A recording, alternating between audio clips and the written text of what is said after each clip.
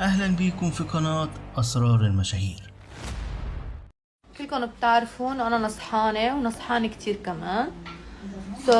كنت حاعمل تكميم معدة، بس أول شي يعني وزني ما سمح إنه مني هالقد نصحانة، أنا مني كتير نصحانة. يعني بده واحد لازم يكون وزنه 90 100. وحكيم الأعصاب ما قبل إنه أعمل عملية، قال إنه بتمرضي، يعني ما بيسوى مع المرض باي بولر، ما بيسوى. قررت اني اعمل بالون معدة، هو كبسولة وان شاء الله بدعف عليها، حاعملها وانطروا علي. يعني 3 4 شهور وبرجع ضعيفة. بحبكن، رح يصير على طول هيك اعملكن ستوريات حلوة ونزللكن.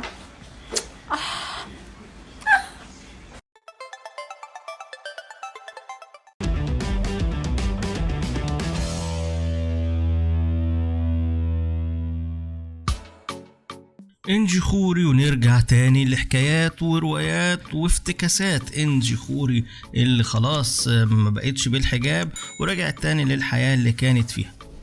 مش هنتكلم كتير عن إنجي خوري ولا هنغلط فيها، الناس عارفة هي كانت عاملة ازاي، وبعدين عملت التوبة وعملت الشكل الحجاب والأناشيد والدينية والحاجات اللي زي دي، والناس قالوا لها يعني ربنا يهديها. حتى انا بطلت انزل لها فيديوهات وكان عن طلبها، هي قالت يا ريت محدش ينزل فيديوهات قديمة. وطبعا الواحد بيحترم الآراء اللي زي دي، وبيحترم رغبة الناس اللي خلاص ربنا تاب عليها وخلاص حابة تنسى الماضي. ولكن الماضي رجع تاني، والحياة رجعت تاني، والاطلالات الجريئة رجعت تاني، والفيديوهات والتانجو واللايفات والحاجات اللي انتوا عارفينها رجعت تاني وكأن شيئا لم يكن. ولان الاطلالات الجريئة والحاجات اللي زي اللايفات والحاجات اللي زي دي عايزة بقى الجسم الرشيق والحياة اللي هي يمكن مالت شوية ايام الحجاب، فحبت ترجع تاني لشكل رشيق وجسم رشيق، فقالت انا هعمل عملية تخسيس.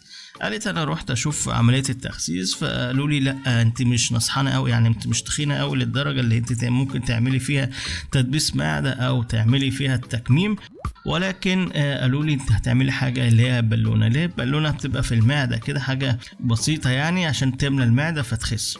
فقالت انا هعملها، وفي خلال 2-3 هرجع رشيقة وهرجع تاني اعمل لكم ستوريهات وفيديوهات.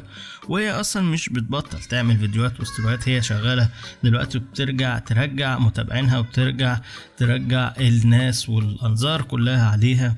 ومش عارف هو ده كان يعني حد جبرها ان هي كانت تلبس الحجاب، ولا كان حد قال لها تشيله، يعني مش عارف. انتوا بقى المتابعين الكرام لو عارفين السبب ايه يا ريت تكتبوا لي في الكومنتات.